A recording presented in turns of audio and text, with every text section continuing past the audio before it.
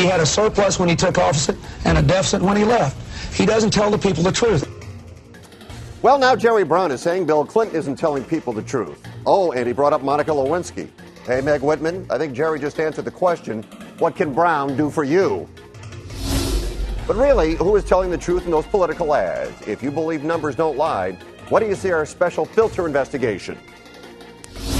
And who wants a hit come November? Smoking marijuana may be legal in California, but the federal government might have something to say if Prop 19 can puff pass. The blunt truth is coming up. All the stories people are talking about and everything you need to know right now on The Filter. Hello again off the top, The Filter forefront. Our top four of the day, including a comedian wants to kill with his humor, but is murder funny? We'll begin with this. You one of those people that on the weekend love to strap on your helmet, rev your engine and go for a ride? I mean, really rev your engine. The louder the better. In the minds of some, that means you're a problem. The state Senate has passed a bill making it a motor vehicle violation to ride a roaring motorcycle. The bill targets motorcyclists who remove factory-installed emission control devices mandated by the government and replaces them with custom aftermarket parts that make bikes louder. At least 6 cities, including Denver and Boston, have passed similar noise prevention laws, but that may be a problem here. Keep in mind, this is the birthplace of the Hells Angels. It will become law if the governor signs the bill. Our contributors tonight, the editor of RonKLA.com, Ron Kaye, and actress and social activist Debra Wilson. Our pictures are furnished by Skype. And Debra, you ride a motorcycle, but now you get to be the governor. Do you sign that bill or not? You know what? If he's going to do what's really fair, he will not sign that bill. He will not sign that bill. Well, what does fairness have to do with it? Well, you know what? It's fair to everyone who's on the road to a certain extent because loud pipes, as motorcyclists say, loud pipes save lives, and they really do. I ride every single day. I'm out on my bike on a regular basis. One bike that I've had only for a couple of years already has 12,000 miles on it, and loud pipes save lives. I think there has been such a cooperation with riders and drivers that a lot of times they get out of the way simply because they hear the pipe. It has not caused them to cause accidents on a freeway. Loud pipes has not caused anyone to injure themselves in a car, be so startled that they've hit someone. It's not proven that anyone has been injured by loud pipes. Okay, but the point here, but the point here is it disturbs people in their homes. If you're riding down the street with loud pipes, I mean, you can be a nuisance to those in their homes. Ron, what do you think?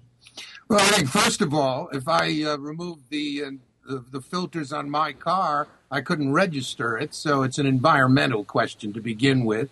And anybody who's driving down the freeways and the motorcycles are cutting between lanes, and all of a sudden you're going along and there's this incredible roar behind you.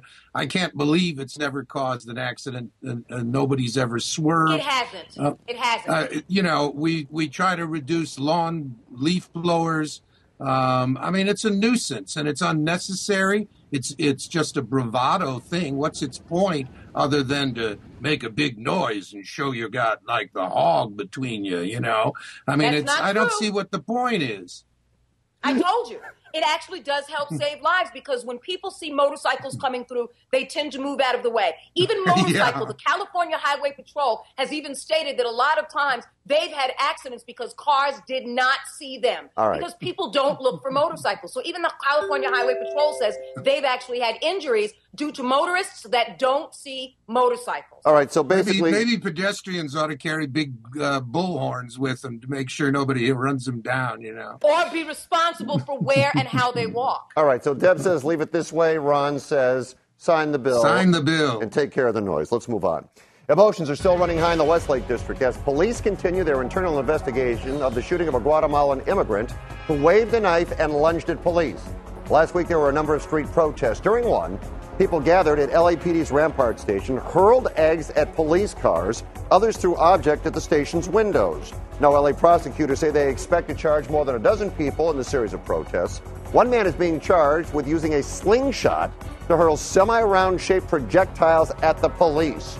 City officials have gone out of their way to make sure there is an open investigation. But is there a point when the city should tell people that's enough, Ron? First of all, it sounds like the Deep South in the 60s that it was all outside agitators. and I don't know whether that's true. We don't know the guy's name. It's got 16 different names. We are told now that he really didn't speak any Spanish. He spoke Mayan.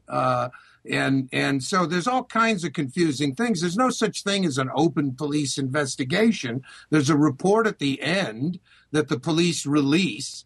And all I can tell you is that Charlie Beck's handling of this thing, he didn't have the prestige and credibility of a Bill Bratton. And so the questions are always going to be haunted. This is a very impoverished and underserved and neglected community of Guatemalans and Central Americans, incredibly poor.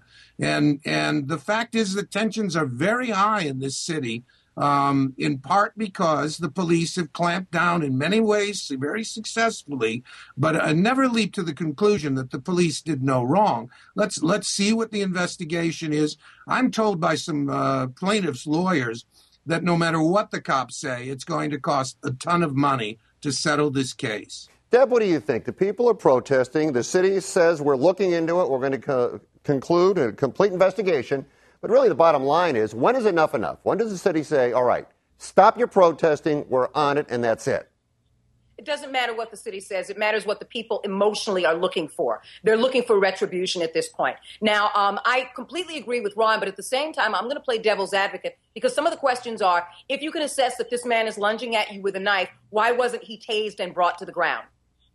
Number one. And number two, just simply stated, yes, anyone who's going to protest the way they have been and use deadly force, because slingshots with projectiles like that can actually cause literally death. They can be fatal. They should absolutely be prosecuted for it. But the city is not going to say enough is enough. They're not going to have a reason to say enough because the real issue is there's just an emotional overload here, and it's going to have to pan out and filter out with an investigation. All right, and the investigation is ongoing. We move on. This next item may involve a sports figure, but it transcends the world of sports. USC is a big part of Los Angeles, and people at USC are upset with Reggie Bush. His indiscretions cost the university, but he's not been exactly remorseful. During his stay at USC, Bush received improper benefits. The NCAA penalized the school. The school sent back its copy of Bush's Heisman Trophy. Many feel Bush should have to surrender his personal copy of the trophy since he won it while he was ineligible. Keep in mind, Reggie has never said he did anything wrong. Here's comedian Denis Leary's take posted on Twitter. So if Reggie Bush had killed Kim Kardashian and a waiter, the Heisman would still be his? Is that comment appropriate? Or is there anything to it, Debra? Well, we have to look at where the source is coming from. I take it with a grain of salt, knowing who Denis Leary is and the type of comedy that he's been doing for years and years and years. I roll my eyes at it to a certain extent. But to compare murder to inappropriate money coming in 3 years that Reggie Bush was in college is a bit inappropriate, but we understand that. He's not trying to make a point so much about OJ as about why take away this guy's Heisman Trophy, seriously. And I'm saying the same thing. I roll my eyes at this because it's like, really? Is this an issue that you really want to take over? Colleges and universities across the country have been giving incentives for years and years and years and even decades. Why make this gentleman a proverbial scapegoat? Well, but wait, let me just say this. If people have been giving incentives for years and years, the NCAA looks into that and penalizes the member institution.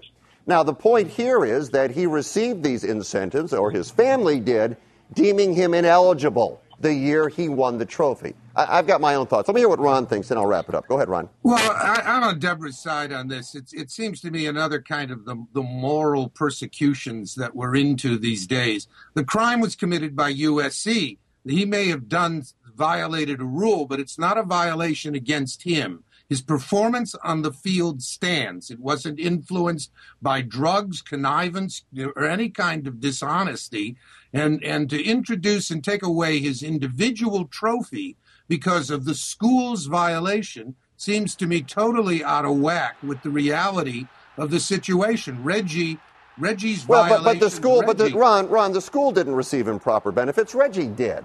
And it came from a sports marketing company. From Reggie. They're not refunding all the money Reggie earned him, all those millions and millions of dollars. That's fair. They've kept the money. That's fair. And what did Reggie do wrong? I mean, the whole idea of what these infractions are, we get poor kids, we put them on scholarship, and And Reggie did what Reggie did, whether it's wrong and a violation of the rules. Everybody knows the rules don't make any sense to the reality of so many of these kids. Well, here's the deal, and let me wrap this one up. You know, this is an issue of character. Quite frankly, it's an issue of character. Reggie Bush never admitted any wrongdoing. Well, you know what? He broke the rules. He broke the rules, and he knows that. And when it comes down to an issue of character, he's won the Heisman Trophy. Whether he has the actual trophy sitting in his house or not is irrelevant. And I also believe that he was the best college football player in the land during that year. It doesn't hurt anybody, and he makes amends. It's a mea culpa to the school if he gives it back, but there's a good possibility that's not going to happen. Last topic. No doubt you've seen the Meg Whitman television commercial featuring President Bill Clinton talking to Jerry Brown during a Democratic primary debate back in '92. Oh, you haven't seen it? Well, here's a part of it. Jerry Brown went out there and took credit for the fact that the people of California voted for Proposition 13, which lowered taxes, which he opposed. And now he's going around taking credit for it. He raised taxes as governor of California. He had a surplus when he took office and a deficit when he left. He doesn't tell the people the truth. Ouch. Well, yesterday, Jerry Brown responded in East L.A. Listen up and read along. And Meg Whitman, she stops at nothing. She's even got Clinton lying about it. That's right. No, do you see that? When they said, I raise taxes, it's a lie. I mean, Clinton's a nice guy, but whoever said he always told the truth? You remember, right? There's a little story there about did he or didn't he? Okay. I did not have taxes with this state. So let's be clear about that. Today, Jerry Brown apologized. Did he shoot himself in the foot with Democrats, Ron? Nothing will stop Democrats from voting for Jerry, and nothing will stop Republicans from voting for Meg. The issue is that the political system has lost the confidence and credibility with almost everybody, and nobody cares other than Meg getting her name out there. Her ads don't mean anything. Jerry's performance in this campaign is really not very passionate or intense. He seems like not really interested in it. And I think that's why he made the mistake of saying it. But the truth is, I mean, some people like the Times jumped to the conclusion that it's a false statement. But in fact, taxes rose through Jerry's reign up until Prop 13 was passed, which he belatedly joined in, and the recession hit. So, you know, you can argue these things one way or another. This kind of campaigning means nothing. People care about what's in it for them and whether they like the person. And in this case, I don't think they like either one from anything I've heard, and they don't believe the political system has anything to offer them. That's why it's going to be very close and a very negative campaign, because nobody has anything positive they can tell people they're going to do for them. Deb, what do you think? Did Jerry Brown hurt himself there, or does it make a difference? I don't think he hurt himself, and I don't think he made a difference, bottom line.